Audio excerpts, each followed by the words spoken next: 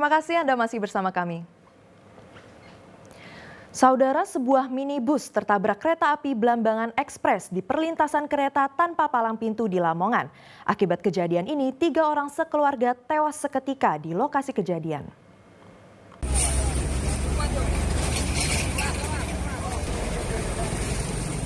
Tiga orang sekeluarga tewas saat minibus yang mereka tumpangi tertabrak kereta api di perlintasan kereta tanpa palang pintu di Desa Surabayan, Kecamatan Sukodadi, Lamongan, Rabu dini hari.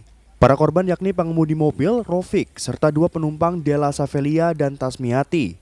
Ketiganya warga Desa Wangun, Rejo, Lamongan. Kecelakaan maut terjadi saat minibus melaju dari arah utara Desa Surabayan. Saat melewati perlintasan kereta diduga kurang waspada sehingga tertabrak kereta api Blambangan Ekspres. Bahkan minibus terseret hingga 150 meter dari lokasi kejadian. Saat peristiwa terjadi, perlintasan kereta memang tidak ada warga atau relawan yang jaga. Dan yang meninggal saat ini korban yang kita evakuasi ke Rumah Sakit Muhammadiyah, korban meninggal dunia 3. Korban sempat terseret itu, Dan. Informasi dari masyarakat ataupun saksi di sekitar TKP ke dalam satu mobil jenis Toyota Avanza merupakan satu keluarga. Usai dievakuasi dari dalam mobil, 3 korban tewas kemudian dibawa ke Rumah Sakit Muhammadiyah Lamongan. Sapariran Wijaya melaporkan dari Lamongan.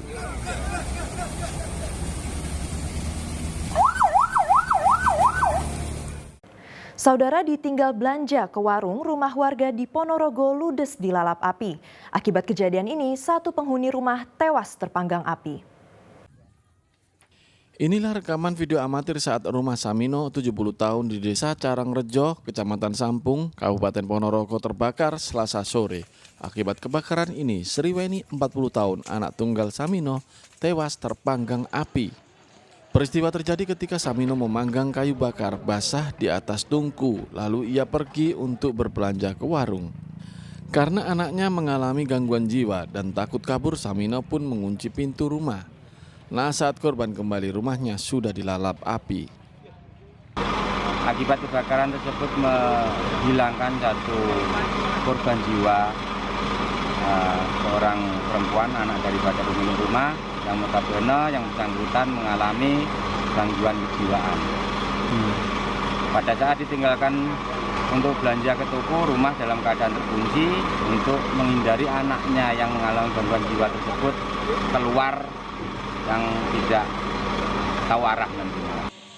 Api baru padam setelah 3 unit mobil damkar tiba di lokasi, sedangkan jenazah Sriweni dibawa ke Rumah Sakit Umum Daerah Harjono, Ponorogo.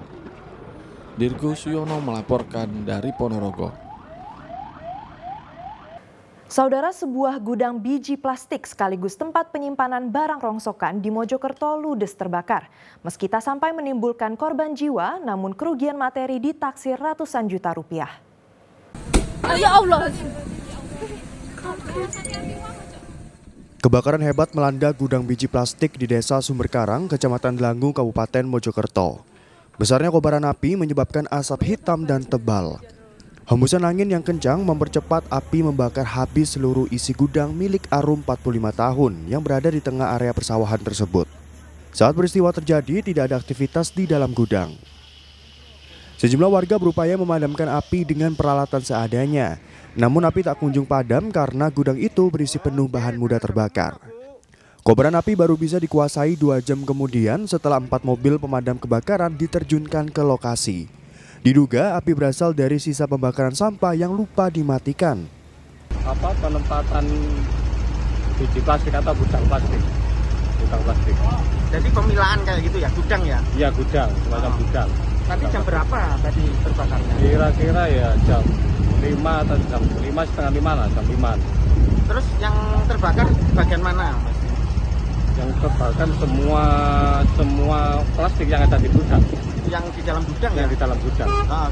Meski tak menimbulkan korban jiwa, namun kerugian ditaksir mencapai ratusan juta rupiah. Penyebab pasti kebakaran hingga kini masih dalam penyelidikan polisi. Dia Eko Purwoto melaporkan dari Mojokerto. Saudara, polisi membongkar motif pembunuhan yang dilakukan pemuda di Probolinggo terhadap tetangganya. Pelaku mengaku sakit hati kepada korban karena melihatnya berhubungan intim dengan ibunya. Motif pembunuhan yang dilakukan seorang pemuda di Probolinggo berinisial HA terhadap tetangganya TR akhirnya terjawab. HA menganiaya TR hingga tewas karena korban menjalin hubungan asmara dengan ibunya. HA menyimpan dendam kepada TR karena melihatnya berhubungan intim dengan ibunya di rumahnya. Kepastian motif pembunuhan itu didapat setelah polisi memeriksa pelaku dan sejumlah saksi. Kasat Reskrim Polres Probolinggo AKP Ahmad Doni mengatakan terungkapnya motif itu sekaligus menggugurkan dugaan sebelumnya yang menyatakan pelaku membunuh korban karena mencabuli ibunya. Pelaku terancam hukuman mati sebab diduga melanggar pasal 340 KUHP tentang pembunuhan berencana. Untuk motif, sebagaimana yang sudah kita tahu bahwa memang pelaku emosi sehingga melakukan tindakan tersebut secara spontan dan mengakibatkan korban meninggal dunia. Senin 9 Oktober, TR, pria berusia 59 tahun warga Kecamatan Banyuanyar, Probolinggo, dianiaya tetangganya HA 23 tahun di depan rumahnya. Karena lukanya parah, TR akhirnya meninggal saat baru tiba di klinik dokter. Dandi Arigafur melaporkan dari Probolinggo.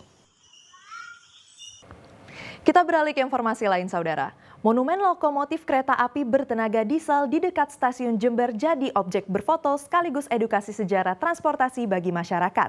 Kereta diesel sempat menjadi salah satu lokomotif andalan.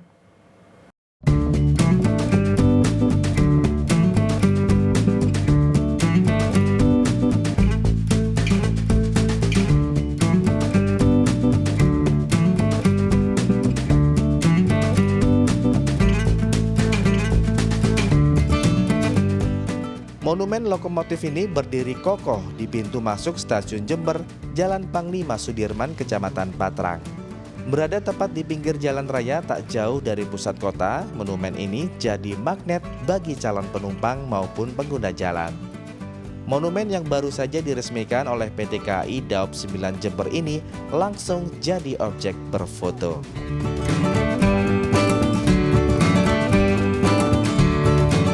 Lokomotif seri D30113 yang diproduksi pada tahun 1960-an.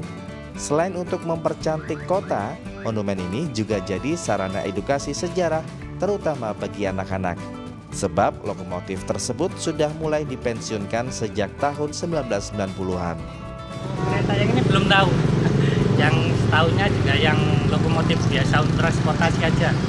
Yang di Daop 9 Jember. Artinya dari sisi edukasi gimana menurut Mas?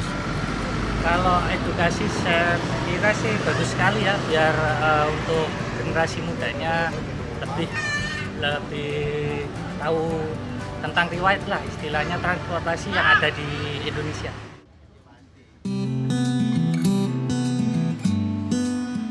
Kereta diesel sempat menjadi salah satu lokomotif andalan dari stasiun besar di Pulau Jawa termasuk Jember.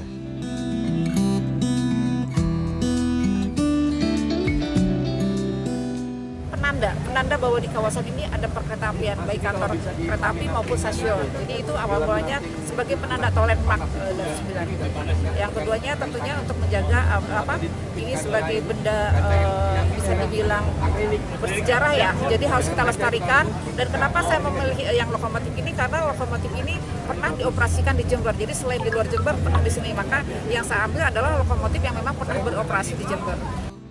Lokomotif D30113 merupakan lokomotif bertenaga diesel buatan Jerman.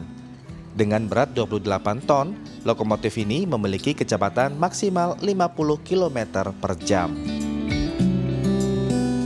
Tommy Iskandar melaporkan dari Jember.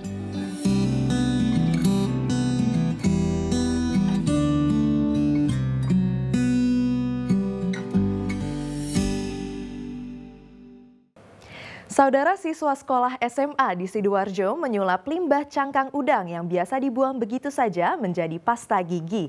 Seperti apa temuan kreativitas pelajar ini? Berikut liputannya untuk Anda.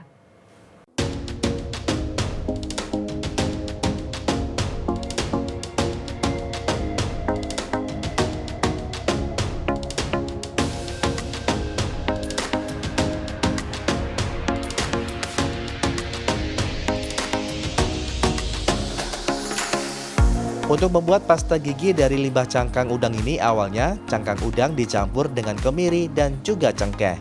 yang sebelumnya melalui proses pemanasan basah dan asam.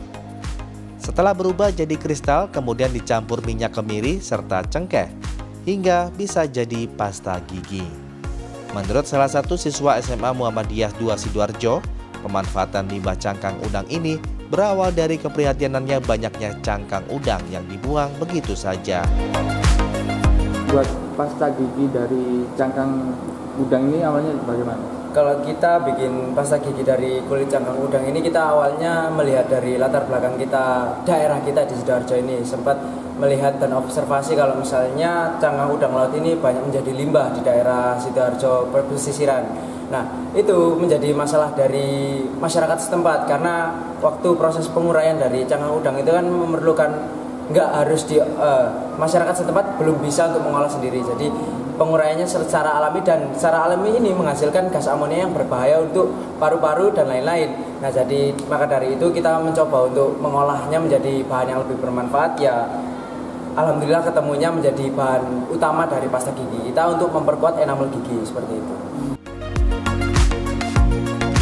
Guru SMA Muhammadiyah 2 Sidoarjo, Ernawati Christine Ningrum, mengatakan pasta gigi dari limbah cangkang udang ini telah melalui proses berbagai pengujian sehingga aman digunakan. Kita beri contoh Pak, masalah apa sih di lingkungan, mereka kita ajak berpikir kritis. Lingkungan yang terdekat aja ya Sidoarjo, karena kita domisilinya Sidoarjo. Terus kesulitan untuk membimbing anak-anak, ngarahkan anak-anak ini apa Bu?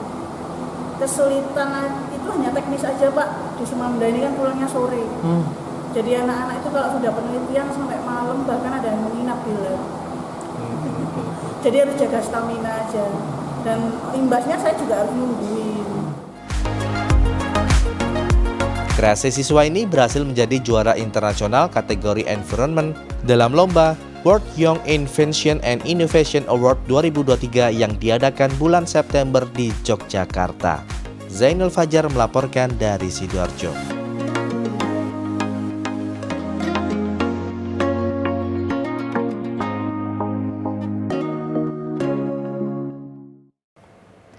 Saudara terpuruk sebagai perajin sandal, seorang pria di Mojokerto tak lantas putus asa. Ia justru bangkit dan sukses memulai usaha dengan membuat kerajinan pot bunga karakter hewan dan tokoh kartun dari galon air mineral bekas. Hasilnya cuan jutaan rupiah setiap bulan.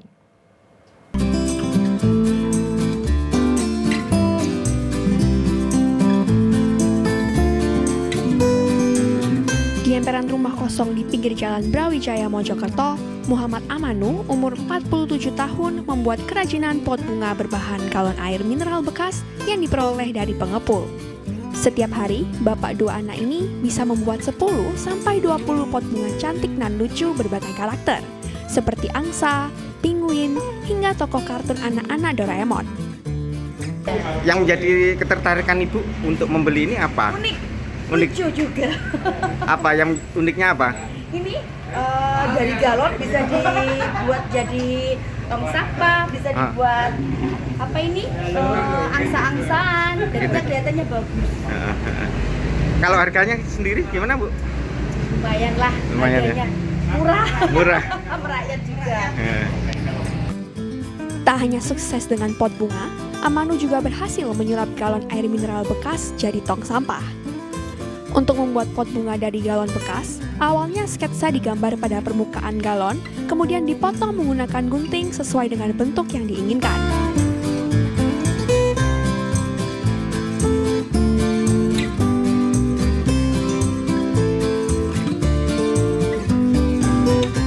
Agar terlihat menarik, galon yang sudah digunting dilukis dengan cat warna-warni lalu dijemur. Ide membuat pot bunga dan tong sampah galon air mineral bekas ini baru digeluti pria asal Mojokerto 2 bulan lalu. Ini dilakukan karena usaha pembuatan sandalnya tutup. Namun, ia bangkit kembali dengan memiliki usaha lain. Berkat ketelatenan dan keterampilan, kini cuan jutaan rupiah setiap bulan bisa terkumpul di kantongnya. Itu prosesnya dari awal apa? Pengemalan, pemotongan, sama pengecatan. Kan kita kan menurut panasnya terik matahari ya. Jika nunggu keringnya cat dulu baru kita proses lagi. Pak, dalam 1 bulan bisa menjual sampai berapa Pak? Sekitaran 200 lebih lah. Harga per unitnya berapa? Unitnya antara 25 sampai 20. Itu yang 25 itu apa? Angsa, jenis angsa itu 25, yang karakter 20. Pot bunga hasil kreasinya dijual secara daring melalui media sosial dan dijual langsung di rumahnya. Harga satu pot bunga dijual mulai dari Rp20.000 hingga Rp25.000. Diak Eko Purwoto melaporkan dari Mojokerto. Dan saudara, informasi tadi sekaligus menjadi akhir perjumpaan kita dalam Liputan 6 SCTV Daerah Jawa Timur kali ini. Atas nama seluruh kru yang bertugas, saya Keisha Prabawa mengucapkan terima kasih atas perhatian Anda. Selamat beraktivitas dan salam SCTV.